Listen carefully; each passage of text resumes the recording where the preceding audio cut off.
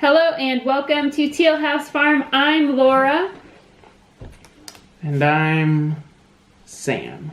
And he is an unwilling participant in tonight's game of...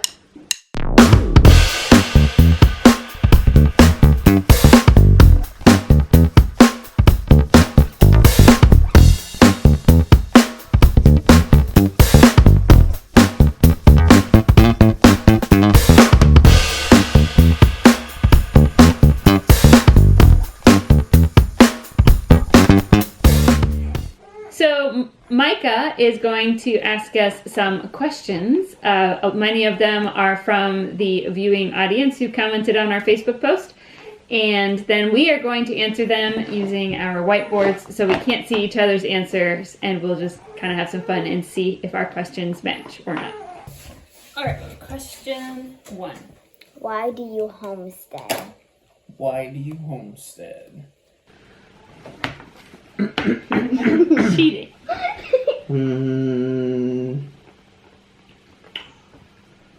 don't know what he's writing, but whatever he's writing is long. This isn't a 400-word essay. Okay. Dad is literally using 2 lines. He's Now I'm using kind it of all. wondering if I didn't give a good answer. I don't know. I did mine in 3 words. So, okay, ready? Go. So I said be together more. I said to do more for ourselves and to teach our kids new skills. I think those are all true. I would agree. Question number 2. What is the coolest skill you have learned? I can be. Yeah, I think Mom lets that skill. Jeez, why do you keep using so many lines, Dad? Jeez Louise.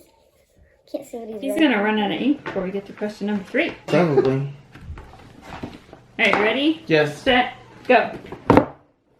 I said how to pressure can. I could start a fire in the rainforest. That is true. He is the fire master. The first year we had that wood stove, well, it would take you like 45 minutes to start a fire. Man. Well, we froze our butts off. there's been a few years where we had really green wood. And so trying to get us fire started and keep it going and keep the house warm is just tough with green wood. My second would be milking goats. So That's pretty cool skill. I feel like I'm pretty good at that now. All right. What is the worst part of homesteading? What's the worst part of homesteading? Man, I don't know. What is it? He's smiling. Ready, set. What did you say? Cold toes. Freaking cold. That's just, there's so many things, like you gotta go outside and it's just really cold, or you were gone for a whole day so the fire went out and it's just cold. Yeah, that's my thing with, Oh. we have our wood stove. I'm grateful for it, but it's not a very good one. And so in the mornings, it's cold, and then like Laura said, when you come back from somewhere, it's usually cold. What is the best part of homesteading? Ready, set, go. So being with family. Put food security and time together. This is a really hard one. Are you sure you're up for this? Go for it. Will there be more babies? I told you. Will there be more babies? I'm not looking because I don't want. Ready? Go. Oh, I dropped it. Possibly, maybe. No, yes! I like the no answer. I said maybe. It's a maybe. It's a maybe. It's Wait. always a maybe. You think all of them, Dad? Seriously? Is that really even an answer? Not really. It's a funny answer. What animal do you want to add next? Well, I don't know what I want. I think I know what you're gonna put too. Please don't say turkey. Please don't say turkey. Please don't say turkey. Please not a turkey. Please not a turkey. All right, ready, go. Put pigs. Did you say Put milk milk cow? Yeah, I knew you'd say milk I'm cow. going to say no to pigs and no to cows. You like bacon. You can't have bacon without pigs. The problem is they smell. I think pigs would be easier and faster to add, and milk cows, obviously, that's a big commitment. Hard one. but I think it's easy for both of you. What animal do you never want? What animal do we never want? Be a turkey. Be a turkey. Be a turkey. It's sensitive. Jeez. Put an emu or a big bird What's because I put peacock. really? You Yeah. don't want peacock? Why not? They're beautiful. They're mean. Well, a lot of people that I know have had them. They're mean. They attack other birds and stuff. But they're I'm sure not all of them are that way, but a lot of the people that I know have them are. They're just not. They're divas. I don't want ostriches or emus because if they got out, Yeah, either. No. I'm not chasing them. I So. don't think I'd want that either. Emus are like an ostrich, just a really big bird. What is your favorite chore every day? Next one. Go. Cooking breakfast. Starting And a I said fire. starting a fire. Okay. I love Why everything do I about love breakfast. It all smells good. You get a hot cup of joe. Yep. And it's love my breakfast, quiet too. time before all the kids come downstairs. Breakfast is my favorite meal of the day too. I guess we're And both morning people then. Okay. I guess I like starting a fire because it's very, very, very rewarding, and it feels like I'm like really providing something for my family immediately. Two more questions. I like that. All right. Oh, this is a really easy one. Easy one. What homestead chore do you hate? Hmm. This is an easy one.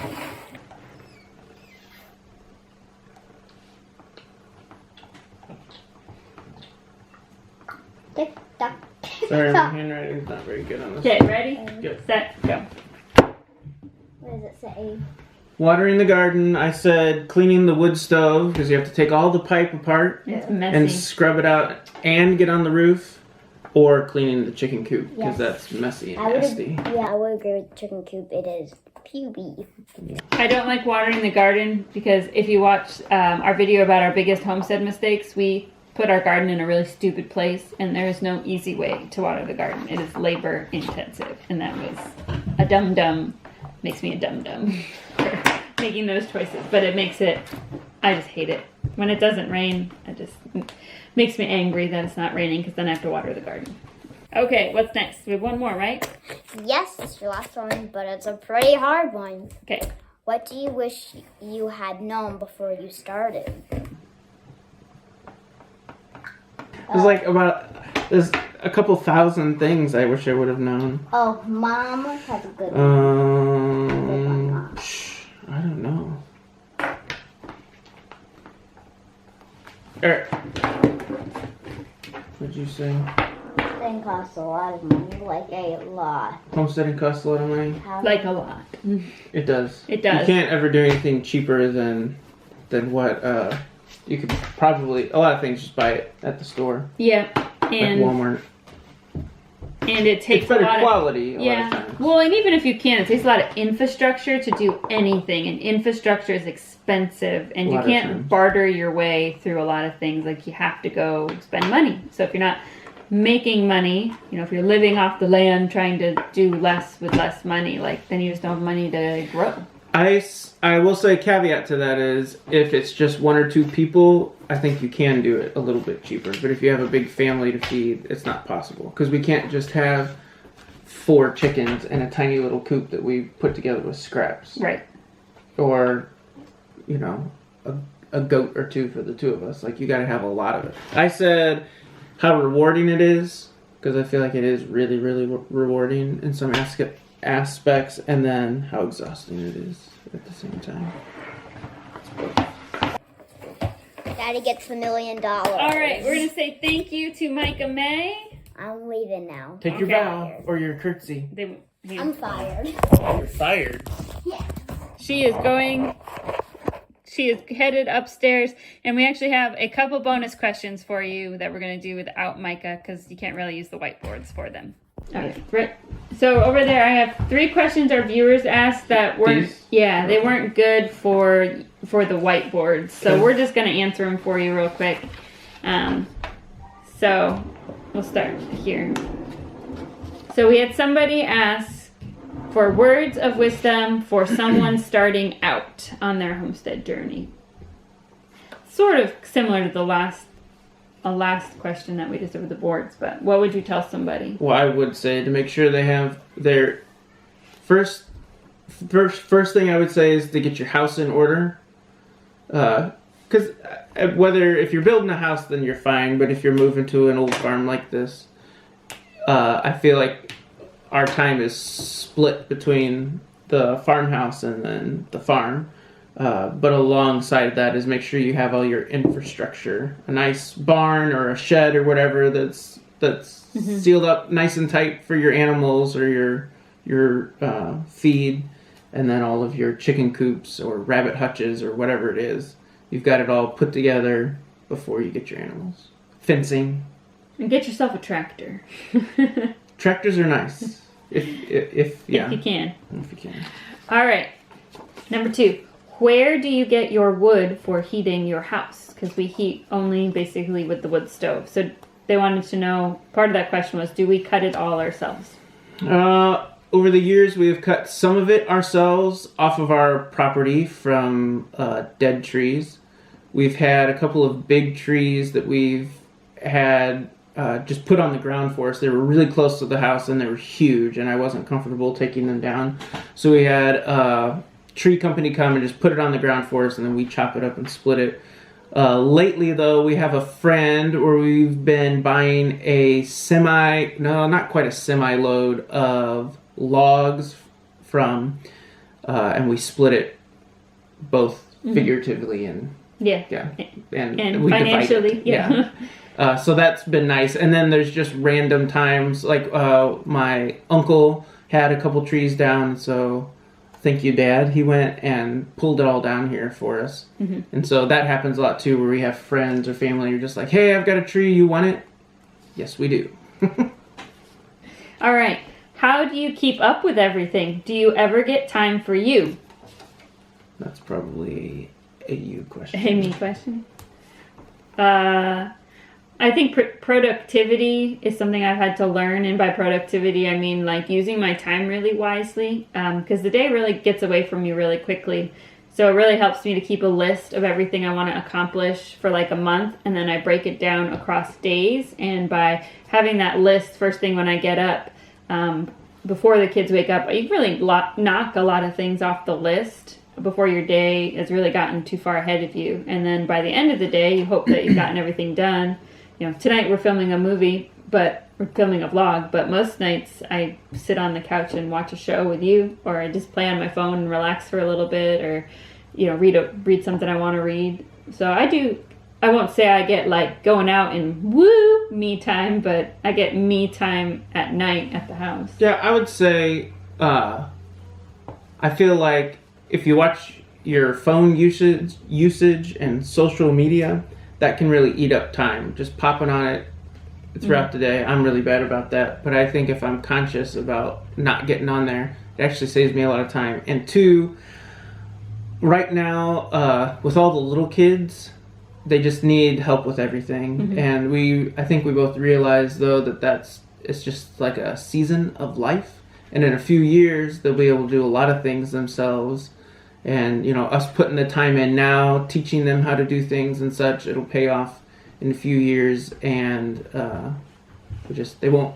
It sounds bad saying your kids take up so much time, but they do. They do. It's part of it. But I think in a few years when they're all older, we won't have to do as much for them. And I also think the rule of physics, a body in motion stays in motion, is very true. I know if I sit down and if I'm like, oh, I'm just gonna sit down for like 2 minutes and I'll get back at it, like that kills me for an hour. I feel like then you don't want to get up. So just keep moving and getting it done, and then you get to relax later. But okay, last one. Last question. Briefly share the story of how we got here. Who suggested it first, and how did we find the property? We found the property just like on Zillow or Realtor.com. It was kind of I wouldn't say our last resort. It was too far away from church. Where you work. Where we work. But there wasn't really much property in our price range closer, and so this is kind of... Yeah, we kind of way out on the fringes, but still commutable distance. Yeah, I will say we didn't really look that long. It wasn't like we looked for a couple of years or something like that. Yeah. It was like a couple months. No, it's longer than that because we looked at this house and then we said no, it's too far. And then I remember specifically we decided to come back 4 months later because they had dropped the price significantly, and we were like, well, 4 months. yeah.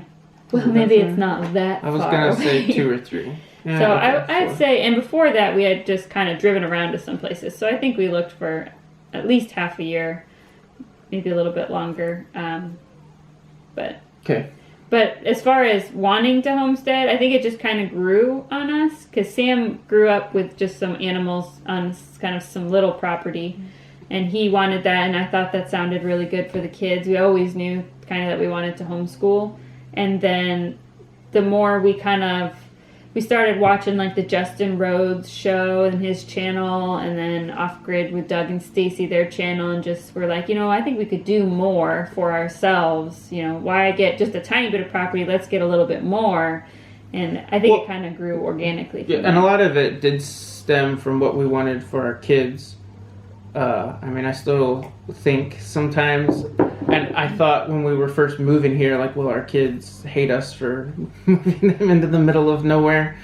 But we knew we wanted some more space for our kids, and so that was one reason why we moved out. And then after that, I think more of the homesteading stuff, it just kept evolving for us. So it was a mutual decision.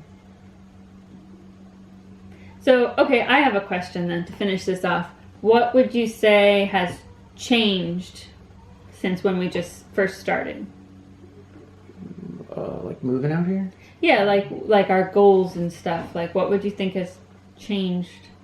Because, one of our goals was to go solar, and we're not doing that anymore because we just discovered it's really not possible with Annie's muscle issues to be all the way off grid. What else do you feel like has changed as far as... And I won't... we said this before, and I won't ever say, like, it's not possible, because there are definitely people out there doing it. But with a large family, it's hard to just stay on the homestead and not have much cash flow and such. I know it's doable, but I think what complicated... And I don't want to make excuses, but what complicated it for us was Annie. And just having all the driving around and all the doctor's appointments and all her medication and everything that came with it complicated it a little bit. But initially, I think our first goal was like, we're going to homestead and live on like no money, no income coming in, but we'll be fine because we're doing it all ourselves. But that is really, really, really hard to do. Yep. And the more kids you have, the tougher it gets. It is. That's true. All right. That's all. Thanks for watching. Thanks for your questions. If you have more questions we didn't answer, you can leave them below. And if we have enough, we might make another one in the future. Yeah, So there you go. We'll talk to you later. Bye.